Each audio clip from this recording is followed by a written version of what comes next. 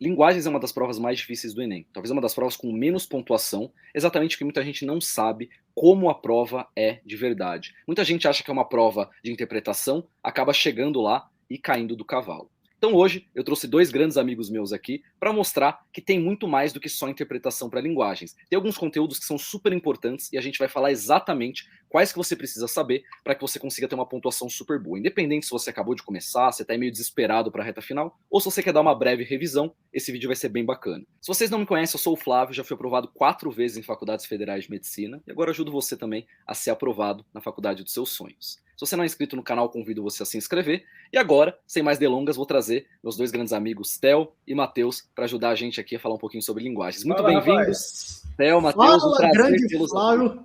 Obrigadão aí mais uma vez pelo convite, rapaz. Um grande prazer estar aqui, poder contribuir um pouquinho da nossa experiência, falar com o seu público, né? Falar ali com o pessoal que te acompanha. Agradeço muito aí pela confiança em primeiro lugar, né? E mais uma vez pelo convite de estar sempre ali abrindo o seu canal para a gente bater esse papo. Espero que seja produtivo. Valeu pelo convite, Flávio. Tenho certeza, sim, vai ser excelente trazer um conteúdo bacana aqui sobre linguagens e vai ajudar muito o pessoal nessa última semana.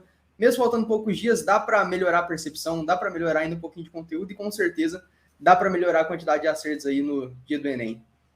Perfeito. E vocês veem que eu trouxe dois pesos pesados aqui, pessoal que realmente sabe o que está falando sobre o Enem. Se vocês não conhecem o Theo e o Matheus, eu vou deixar o link dos canais do YouTube, tanto do Matheus quanto do Theo. E eles têm o Instagram aí, que é o @lastro_oficial, eles têm em conjunto, então vocês podem seguir lá, que vale muito a pena, é conteúdo de qualidade. Sigam o meu Instagram também, caso vocês não conheçam. E agora, sem mais delongas, quero perguntar para vocês, o que a gente precisa fazer, o que o pessoal que está assistindo aqui o vídeo precisa fazer para conseguir, nessa reta final, aumentar a pontuação em linguagens? Beleza, Flávio. O Matheus, vou começar aqui, depois você me complementa, pode ser? Fica à vontade. Mas, assim, uma coisa muito importante é que linguagens é aquela área chata, né? A gente olha e fala, putz, isso aqui é só textão, aquela prova interpretativa, tem 2 respostas certas por questão, você nunca sabe o que é, eu tenho que saber o que o cara que elaborou a questão estava pensando, e a verdade é que não é bem assim. A gente é induzido a pensar assim, eu mesmo pensei assim por muito tempo, eu fiz os meus vestibulares assim, eu consegui ali resultados mais ou menos assim, só que existe uma coisa além, existe como dar um passo a mais, existe uma percepção que a gente tem que desenvolver na prova de linguagens, e que sinceramente quando você desenvolve é uma virada de chave tão grande, que você passa a acertar as questões de uma maneira muito objetiva, percebendo que é uma prova conteudista, uma prova que traz muitos conteúdos, assim como em humanas, assim como em natureza, e até em matemática, contextualizações de texto, mas que não é uma prova em que você só tem que interpretar, que é só interpretação de texto, que a única coisa que importa é o que o texto está dizendo. É uma prova tão conteudista quanto uma prova de humanas, quanto uma prova de ciência da natureza, justamente porque ela tem conteúdos definidos. Só que, por ser português, na maioria das vezes, conteúdos que a gente nem estuda na escola tradicional, o professor vai lá insistir em te ensinar o que era o barroco, o que era ali o romantismo, mas ele não vai te ensinar de verdade ali aqueles conteúdos que vão aparecer na sua prova, ela passa como uma prova meramente interpretativa. E aqui eu acho que nesse pouco tempo de estudo que a gente tem, a melhor maneira de aumentar o resultado é entender essa abordagem diferente da prova, é entender como que essa é uma prova conteudista à sua maneira e entender como que você pode enxergar. E a gente vai mostrar tudo isso aqui no vídeo de hoje, como a gente pode enxergar isso aqui nas questões para melhorar o resultado. Cara, perfeito isso aí que você falou. E, obviamente, nós vamos demonstrar isso aqui nas questões, demonstrar ao longo do vídeo, na teoria, mas para quem está assistindo esse vídeo, eu acho que uma pergunta central a ser respondida é: o que o Enem quer de mim? Como o Theo falou, quando nós estamos fazendo ali uma prova de natureza, fazendo uma prova de humanas, existem conteúdos que o Enem quer que você saiba. Às vezes ele quer que você conheça a Idade Média, quer que você conheça o Renascimento, quer que você conheça ondulatória, eletrodinâmica, enfim, existem inúmeros conteúdos. E batendo o olho na questão, a primeira coisa que você sempre se responde automaticamente, pelo menos no seu subconsciente, é: do que é essa questão? É uma questão de eletrodinâmica? É uma questão de ondulatória? E quando a gente chega em linguagem, simplesmente, todo mundo esquece disso. Você fala: nossa, o que esse texto está falando? E aí você vai no desespero, porque eles colocam textos difíceis, textos longos, que muitas vezes você não consegue compreender nada, e mesmo antes de ler o comando da questão, que deve ser ali o teu centro, que é o core do que você vai responder naquela pergunta, você já está desesperado. Então, o que vocês têm que tirar desse vídeo, têm que tirar para a prova de linguagens, é entender o que o Enem quer de mim. A partir disso, você consegue utilizar o texto como apoio para responder essa questão, você consegue utilizar a relação entre as alternativas e o texto, consegue utilizar os próprios conteúdos que você tem, que são realmente válidos, mas sempre respondendo inicialmente essa questão: o que o Enem quer que eu saiba nessa questão? Perfeito. E até acho que um ponto bastante legal de complementar é: você consegue tirar uma nota boa em linguagem sem nenhum conteúdo? Dificilmente. Assim, você vai conseguir tirar talvez um 25 de 45? Sim, talvez você consiga. 30 com um pouco de sorte, ou até você sabendo alguns conteúdos por cima, talvez sim. Mas você nunca vai passar dessa barreira se você não souber o que é uma função de linguagem, se você não souber algumas figuras de linguagem, se você não souber algumas coisas realmente que a linguagem exige. A prova não chama linguagens à toa, não é só português, né? Linguagens é uma coisa muito mais ampla. As funções da linguagem não falam só sobre português, falam sobre funções, podem ser até funções da linguagem no inglês, por exemplo, ou no espanhol, na língua estrangeira. É muito mais uma prova que fala sobre a linguagem. Então, como ela é representada na vida real, aquelas questões de até como a linguagem muda ao longo do tempo com a internet, com a mensagem de texto, com o e-mail. Então, assim, a prova de linguagens, o que eu gosto de pensar complementando até o que o Theo e o Matheus falaram, é uma prova que tem muitos conteúdos e que se você não souber os conteúdos, dificilmente você vai passar de 30 questões. Assim, eu vejo isso sendo muito comum. A pessoa não consegue passar de 30 questões e fica insistindo só em fazer interpretação. Não vai ser só com interpretação que você vai conseguir passar, você vai ter que estudar algumas coisas, e aí por isso que esse vídeo vai entrar exatamente como um ajudante, né? Realmente como um auxílio. E eu queria agora convidar o Theo e o Matheus para mostrar um pouquinho dos exemplos de coisas que caem aí todos os anos e o pessoal muitas vezes não sabe, né? Beleza. Antes de eu colocar aqui a tela do Matheus, assim, só trazendo um comentário sobre o que são esses conteúdos, né? A gente fala de muita coisa que aparece na prova, falar interpretação disso, interpretação daquilo, mas a verdade é que é muito definido, e se a gente começa a olhar com um pouco mais de carinho, e já sabendo, igual o Matheus falou, você sabe que cai um ondulatório em física, e você vai lá e procura a questão de ondulatória. Se você fizer a mesma coisa com linguagens, você começa a perceber. O Flávio, por exemplo, trouxe aqui as questões de tecnologia de informação e comunicação. Isso aqui é uma das abordagens da linguagem. Você tem que entender como que a linguagem se relaciona com isso. Então, eles não dão ali sempre aquele texto falando sobre o Twitter, aquele texto falando sobre como que mudou a comunicação na rede social à toa, simplesmente porque você tem que interpretar. E sim, porque existe uma competência na matriz de referência da prova de linguagens que exige que você saiba analisar ali as relações das tecnologias da informação e da comunicação. A mesma coisa, linguagem corporal, igual o Flávio falou, é uma das várias linguagens que existe. Linguagem corporal se manifesta na prática de esportes, se manifesta na educação física, se manifesta ali, às vezes, até em uma dança. Por isso que você vê uma questão aleatória falando sobre dança na prova do Enem. Você fala, por que tá falando disso? Porque é uma linguagem corporal. Tá na matriz de referência do Enem. Tá escrito lá no documento oficial que define o que vai cair na prova do Enem. Então você tem que saber que isso vai aparecer. Gêneros textuais, a mesma coisa. Tem uma competência inteira pra gente falar sobre gêneros textuais, porque eles despencam. É uma parte muito importante e muitas vezes as escolas passam isso batido. Isso aqui vale para arte, isso aqui vale para literatura, isso aqui vale para vários aspectos da linguagem, vários conteúdos, digamos assim, que aqui, vou até pedir para o Matheus já colocar a tela dele, para a gente começar a realmente falar na prática o que aparece, né? Boa, cara, perfeito. Como você falou, nós vamos trazer aqui, são exemplos de como isso daqui aparece, e o que a gente quer não é que você entenda, obviamente isso aqui vai te ajudar a entender gêneros textuais, mas eu não quero que você entenda, o que é o gênero textual, quais são os gêneros textuais. Quero que você entenda o princípio de resolução, que vai te guiar nessas questões que eu vou te mostrar, mas que também pode te guiar em outras questões. Aí você pode transmitir esse mesmo conhecimento aqui para questões semelhantes, para questões de outros conteúdos, enfim, entender o princípio.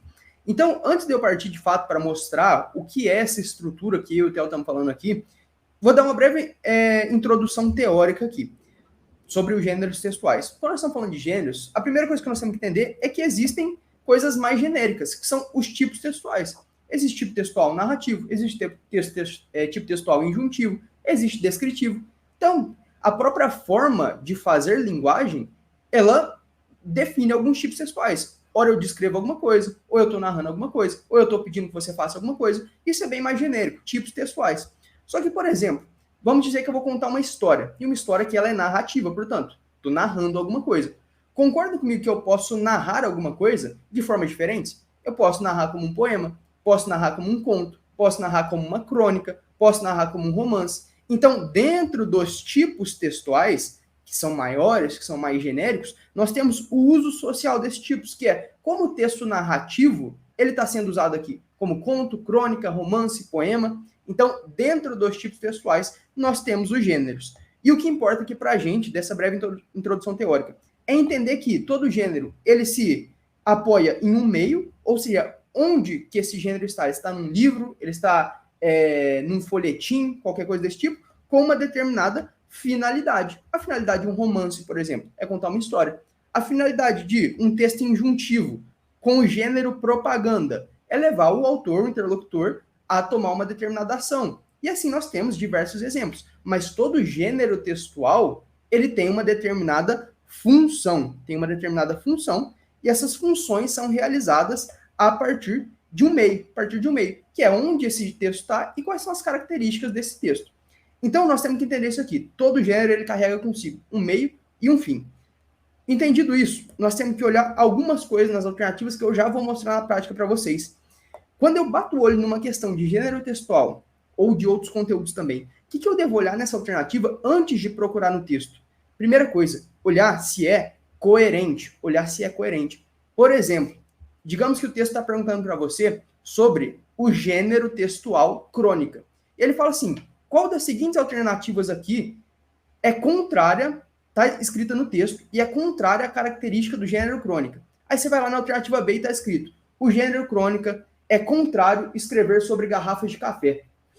Aí você olha assim, mas isso aqui não é uma característica do gênero crônica. Então não importa o que está escrito no texto. O texto pode ser inteiramente sobre café, mas tem que existir uma coerência com as características do gênero textual. Segunda coisa, especificidade e generalidade. Isso aqui eu vou mostrar mais na prática, na questão que eu trouxe. Mas nós temos que entender que não existem características que são muito específicas para os gêneros. Existem, por exemplo, romances que vão falar de relações familiares conturbadas por conta de traição. Mas não é uma característica do romance isso. A característica do romance é um texto narrativo, longo, que trata ali de relações entre as pessoas. Mas olha só, é muito mais genérico. Então, já desconfie de uma alternativa quando ela estiver muito específica. E aí, por fim, presença no texto. Como nós falamos, o texto está ali, a questão não é interpretativa, mas o texto ele serve de base para que você consiga resolver a questão. Então, se tem uma alternativa que ela está correta, mas ela não está no texto, então a gente já tem que desconfiar e falar, não, essa alternativa aqui está errada. Então, entendidas essas duas coisas, primeiro, uma estrutura geral da resolução das questões de linguagens, que deve sempre seguir esses três princípios, e uma estrutura geral do que são tipos, gêneros textuais, que têm características como meio e tem uma finalidade, vamos ver como isso aqui vai aparecer numa questão para que a gente consiga entender. O gênero textual peça teatral tem o entretenimento como uma de suas funções. Outra função relevante do gênero, explícita nesse trecho, de O Bem Amado é... Qual que é o ponto? Você vai ler essa alternativa, e quem não está assistindo esse vídeo, vai ler a alternativa no dia do Enem, e vai fazer assim, pô, deixa eu ler esse texto aqui, para ver qual dessas funções aqui, que está descrita no texto para mim, tem nesse texto. Aí você vai lá e vai ler o texto. Beleza, vamos fazer aqui como um aluno comum ainda, que não está assistindo esse vídeo. Vamos ler o texto agora. Segundo quadro. Uma sala da prefeitura. O ambiente é modesto.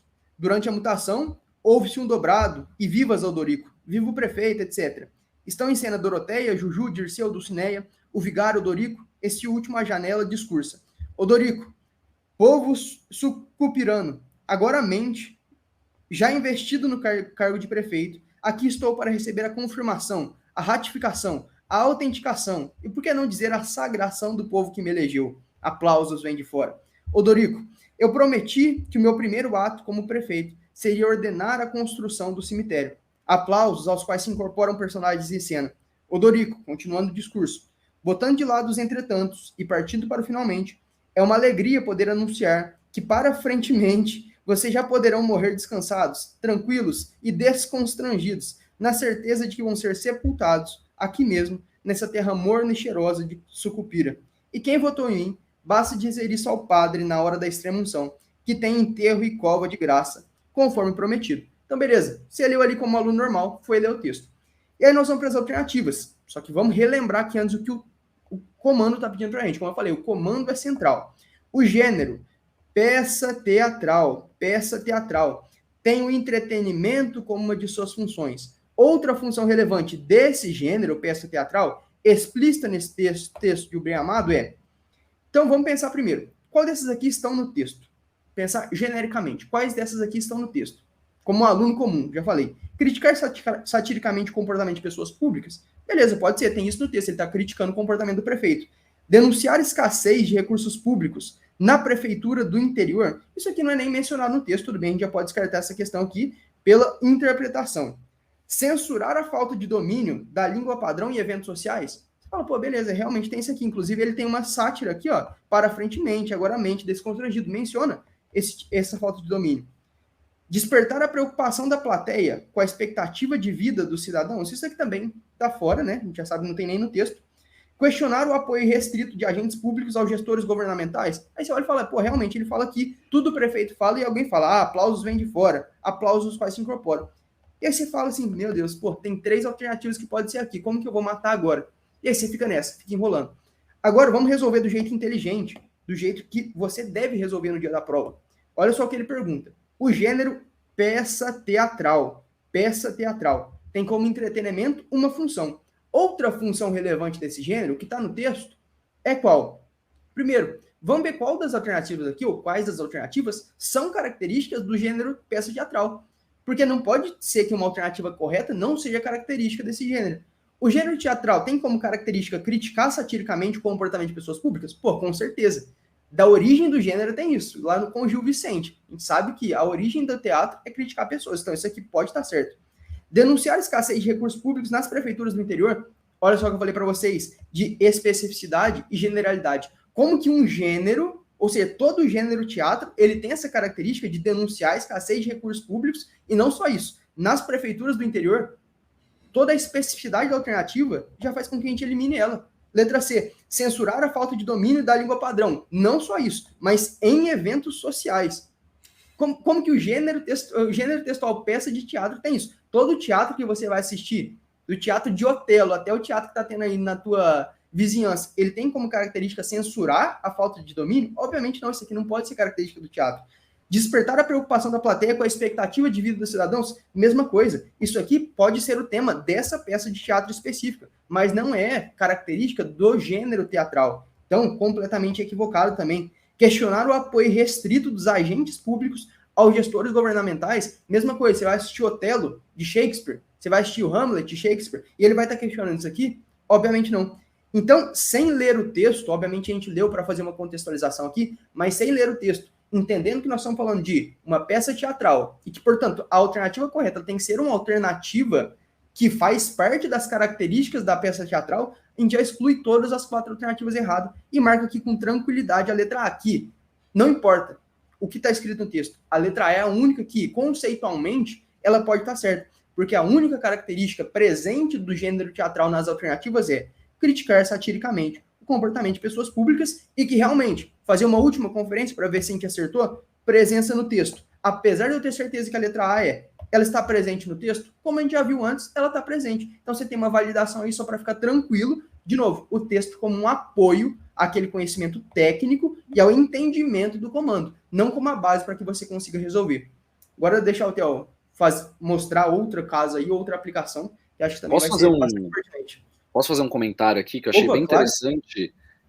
O que o Matheus trouxe aqui, eu acho que até complementando, é uma daquelas coisas que a partir do momento que você aprende, você tem uma nova visão sobre as questões, né? Então, assim, eu tenho certeza que vocês nunca mais vão ver uma questão de gêneros textuais e olhar da mesma forma. E é exatamente isso que a gente quer mostrar. Que daria para você resolver essa questão só com interpretação? Talvez sim, só que você ficaria muito em dúvida. É aquela questão que você ficaria quebrando a cabeça e falar, cara, pode ser a E tá bonita também, né? Então você ficaria entre A e E às vezes e não conseguiria resolver. Você voltava no texto, lia o texto 3 vezes, daí você gastava 50 minutos para fazer a questão e às vezes ainda errava, né? Esse que é o pior.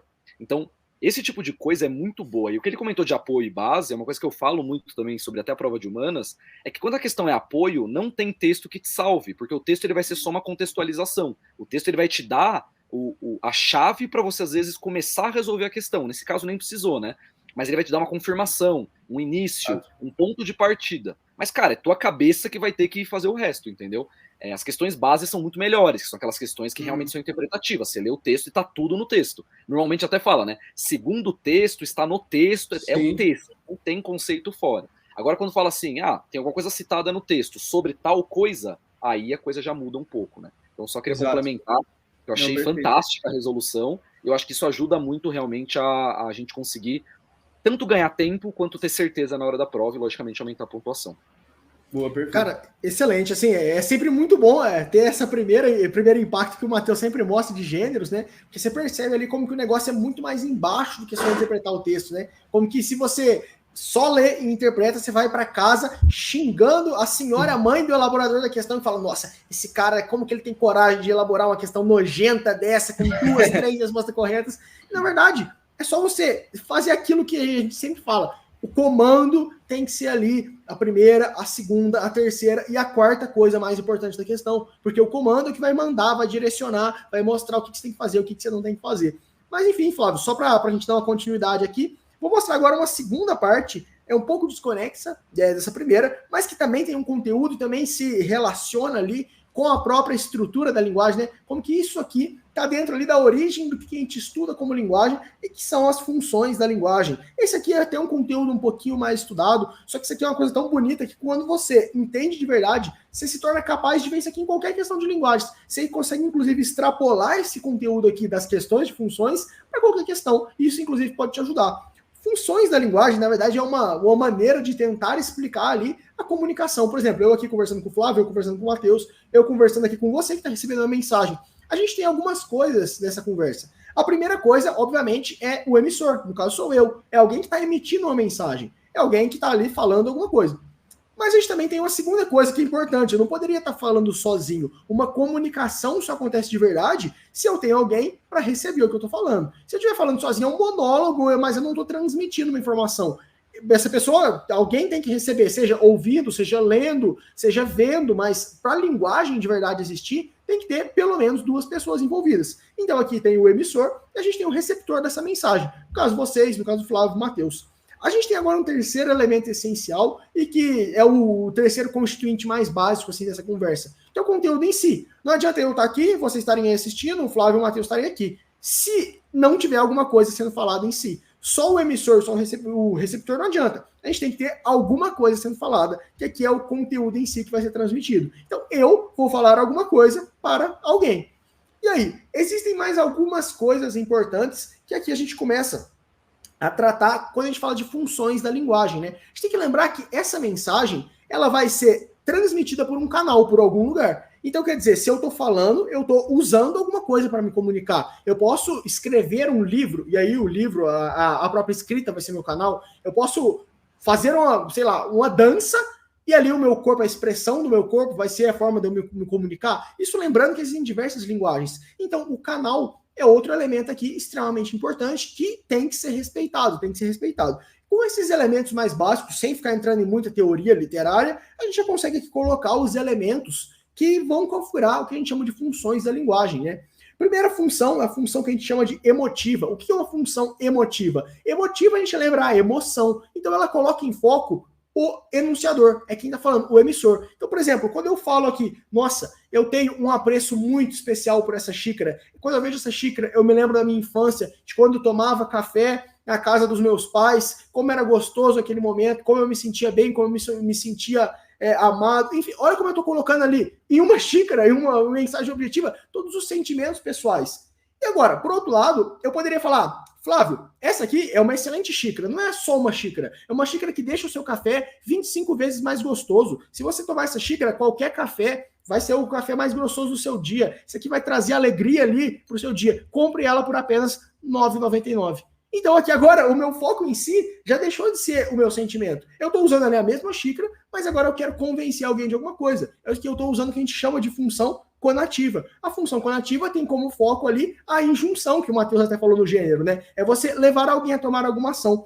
Ou então eu poderia simplesmente fazer uma descrição, falar, olha, essa aqui é uma xícara branca, ela tem um peso de aproximadamente 100 gramas, ela possui uma alça, e aqui ó, é uma mensagem completamente impessoal, em que eu estou falando de dados objetivos. Quando a gente fala de dados objetivos, a gente fala de função referencial. Mas agora, a gente começa a entrar em algumas funções um pouco especiais. Começando agora com a função metalinguística. Aí eu não vou usar o exemplo da xícara, mas quando eu falo sobre o ato de falar, por exemplo, quando eu estou comunicando, estou conversando sobre como que se conversa melhor, sobre oratória, ou então eu escrevo um livro falando sobre o ato da escrita, eu escrevo falando sobre o que é escrever. Então, isso aqui eu estou usando a linguagem para falar da linguagem. Então, aqui é o que configura a função metalinguística, que é a preferida do Enem, a que mais cai. Agora, existe uma outra função muito importante também, que é a função poética, que aqui vou usar a xícara de novo. Eu poderia agora não mais estar preocupado em falar dos meus sentimentos, não mais estar preocupado em vender essa xícara para o Flávio, não mais estar preocupado em descrever a xícara, mas eu poderia pegar e falar, esta xícara é branca. Só que se eu fosse um poeta parnasiano, eu poderia usar 1000 palavras distintas, complexas, elaboradas, em uma estrutura ultra rígida e super rebuscada de arte, para falar que a xícara é branca. Porque eu não estaria preocupado em si em falar que a xícara é branca. A minha preocupação está em transformar isso em uma obra de arte, transformar isso em uma explicação que vai ser estudado ali para o resto da minha vida como um dos maiores poemas já escritos por um ser humano. Então, a função poética é aquela função que você identifica quando você pega, por exemplo, um poema, uma letra de uma música, em que o foco ali está na arte. Está, por exemplo, ali em usar uma metáfora, tá, em usar as figuras de linguagem para transformar a escrita, transformar a comunicação em arte. E por fim, a função fática, aqui até cai um pouco menos para a gente, é uma função que se resume basicamente em a gente estabelecer um canal. Aquele exemplo clássico que o professor adora dar, né? É aquela conversa de elevador, em que você não tem um objetivo em si de conversar alguma coisa, mas sim de seu canal, testar se tá dando para conversar. Você vira pro cara e fala, ô, tá quente hoje, né? Tá chovendo hoje, né? É claro que tá chovendo, tá todo mundo vendo que tá quente, que tá chovendo. Você não tem um propósito em si comunicativo. O seu único propósito é testar o canal. Essas aqui são as funções. Cai isso aqui demais. 2 vezes por ano vai cair uma questão que vai ter que identificar qual é a função ou então dar a característica dessa função. Eu vou mostrar aqui agora na prática para vocês uma questãozinha. Olha, a linguagem cumpre diferentes funções no processo de comunicação. A função que predomina nos textos 1 e 2 eu quero uma função que predomina em ambos os textos. Vamos começar aqui com o texto 1. Fundamentam-se as regras da gramática normativa nas obras dos grandes escritores, em cuja linguagem as classes ilustradas põem o seu ideal de perfeição, porque nela é que se espelha o que o idiomático estabilizou e consagrou. Então, o que é isso aqui? É um texto do livro Gramática Normativa da Língua Portuguesa. Então, pela linguagem usada aqui, a gente percebe que o foco está nas informações que foram passadas nesse livro. Então, a gente tem aqui a função referencial. Além disso, além da função referencial, a gente tem aqui um texto falando sobre gramática normativa. Então, é a linguagem usada para se falar da própria linguagem. Então, aqui a gente chama isso aqui de metalinguagem. Então, aqui a gente tem a função metalinguística. Então, em um mesmo texto, a gente pode ter mais do que uma função. Vamos ver agora o segundo texto. Gosto de dizer, direi melhor, gosto de palavrar. As palavras são para mim corpos tocáveis, sereias visíveis, sensualidades incorporadas. Talvez porque a sensualidade real não tem para mim interesse de nenhuma espécie, nem sequer mental ou de sonho. Enfim, isso aqui basta para gente. O que ele está nitidamente usando aqui? Em primeiro lugar, eu vejo a função emotiva. Ele está falando do que ele gosta, ele está falando dos sentimentos, do que a palavra é para ele. Mas, ao mesmo tempo, ele está usando aqui a função também metalinguística. Metalinguística. Porque se ele está falando sobre o que é a palavra, ele está escrevendo um texto sobre o que é a palavra. Então, ele está usando a linguagem para falar da linguagem. E agora, a pergunta do texto, sempre o comando ali é o nosso norteador. Tem função referencial, mas só no texto 1. Tem função emotiva, mas só no texto 2. Mas tem função metalinguística dos dois. Então, aqui, ó, a função que predomina nos dois textos, vamos ver as alternativas. Ela destaca como se elabora a mensagem, considerando a seleção, combinação, sonoridade. Se eu estou preocupado em como eu vou falar que essa xícara é branca, eu estou falando de arte, sobre rebuscar com a minha linguagem. Isso aqui é função poética, então tá errado. Coloca o foco com o que se constrói a mensagem, sendo o código o seu próprio objeto. Perfeitamente. Se eu estou falando aqui sobre a linguagem, é um texto sobre escrever, é um texto sobre as palavras, estou usando a linguagem para falar da linguagem. Focaliza o quem produz a mensagem, mostrando seu posicionamento. Isso aqui, o quem é a função emotiva. O texto 2 tem, mas o texto 1 não. Orienta-se no para quem se dirige a mensagem, estimulando a mudança do seu comportamento. Então, quer dizer, eu estou querendo persuadir alguém em alguma coisa? Não. Então, essa aqui também não é a função conativa. E, por fim, enfatizo sobre o que versa a mensagem apresentada com palavras precisas e objetivas. Isso aqui seria o foco na mensagem em si, função referencial. O texto 1 até tem, mas o texto 2 não tem. Então, a única alternativa que resume tudo isso é aqui a alternativa B. Deixa eu fazer algum comentário, Flávio? Não, perfeito. Acho que essa é uma questão que, até diferente do que da outra, dificilmente você conseguiria resolver se você não soubesse muita teoria, né? Talvez você conseguisse fazer alguma interpretação, mas eu acho bem pouco provável que uma pessoa, ainda mais porque não era direto, né? Não falava metalinguístico, falava com o que sendo código. O Enem até esse é um ponto importante. Dificilmente ele vai te dar uma questão teórica, sendo uma questão teórica tipo aquelas questões antigas da FUVEST, né? Aquela questão direto ao ponto. Cara, qual é a função emotiva? Nunca vai existir uma questão assim. Ele vai te enrolar com o texto, ele vai te enrolar com as alternativas e vai te enrolar com o comando. A questão é como que você consegue desatar, como que seria a palavra? Esse novelo, né? Pegar desembaraçar esse novelo e conseguir realmente achar o que realmente importa. Aqui, por exemplo, função referencial, emotiva, existe. Só que o que está nos dois textos? O que é mais importante nos dois textos? Metalinguagem. Então, acho que fica bastante claro e eu acho que é um ponto bem legal para se falar, né? Funções da linguagem acabam caindo bastante também. Cara, extremamente importante isso aqui. E como a gente estava comentando, quando você desenvolve essa capacidade de enxergar as funções da linguagem, e não só em falar, eu tenho que marcar qual é a alternativa certa na questão, você vai olhar qualquer texto, observando, igual o Matheus passou, o gênero e a própria função. Então eu vou passar a ver, por exemplo, aquele anúncio, aquele cartaz que ele posta lá, agora com duas coisas. Primeiro, tendo em vista o gênero publicitário e depois tendo em vista a função nativa da linguagem. Então, com isso, você tem uma visão completamente conteudista de uma questão e se livra assim daquela amarra da interpretação para você interpretar 100% do que está ali. Então, isso abre portas para você ter uma visão diferente da prova inteira.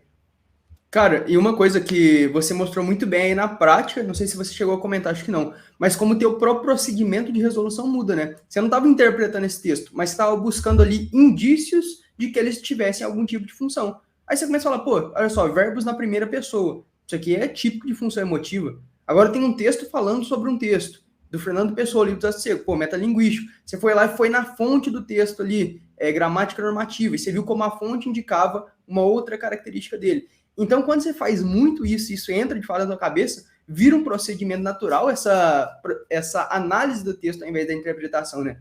E é assim que tem que ser feita a prova inteira. Maravilha. Então vocês veem que realmente a prova tem interpretação, mas interpretação não é o único elemento. Eu acho que todo mundo que assistiu até aqui vai ter isso bastante claro. Deixe nos comentários o que vocês acharam, se vocês entenderam bem essas funções e se isso realmente mudou aí um pouco a forma de você resolver a prova. Queria agradecer agora o Matheus, agradecer o Theo, novamente falar sobre o canal deles. Eles têm conteúdo muito bom. Então, assim, vale muito a pena você seguir lá o canal deles, o Instagram, e também não se esqueça de se inscrever aqui no canal. Deixa a palavra aqui final do Theo e do Matheus, para a gente poder encerrar o vídeo. Beleza, queria agradecer mais uma vez, Flávio, pelo convite, é sempre um prazer a gente trocar essas experiências aqui, a gente vir aqui no seu canal falar um pouquinho sobre linguagem, essa prova tão mal compreendida assim, né, que muitas vezes até é desvalorizada, você fala, a TRI é muito baixa, mas a verdade é que quando a gente tem uma visão comparativa, se você tira 750 nessa área e o seu concorrente tirou 650, você ganhou 100 pontos. Às vezes nem na matemática você vai conseguir ganhar 100 pontos na frente. Então é muito importante sempre ter essa visão de conseguir o melhor resultado possível e ver a prova com carinho, tentando ali otimizar o resultado. Então, fico muito feliz ali mais uma vez participar aqui do seu canal e estando às ordens, quando você quiser gravar mais um conteúdo é só chamar. Maravilha. Valeu, Flávio, muito obrigado, cara, pelo convite. Foi excelente, sempre bom trazer essa visão da prova de linguagem diferente, desmistificar, perder um pouco aquele medo. Acredito que esse vídeo ajudou bastante aí quem assistiu. Obrigado também quem ficou até agora e foi excelente. Maravilha. Obrigado, então, a todos. Mais uma vez convido vocês a se inscreverem no canal e até a próxima, que tem muito vídeo bom para vir pela frente.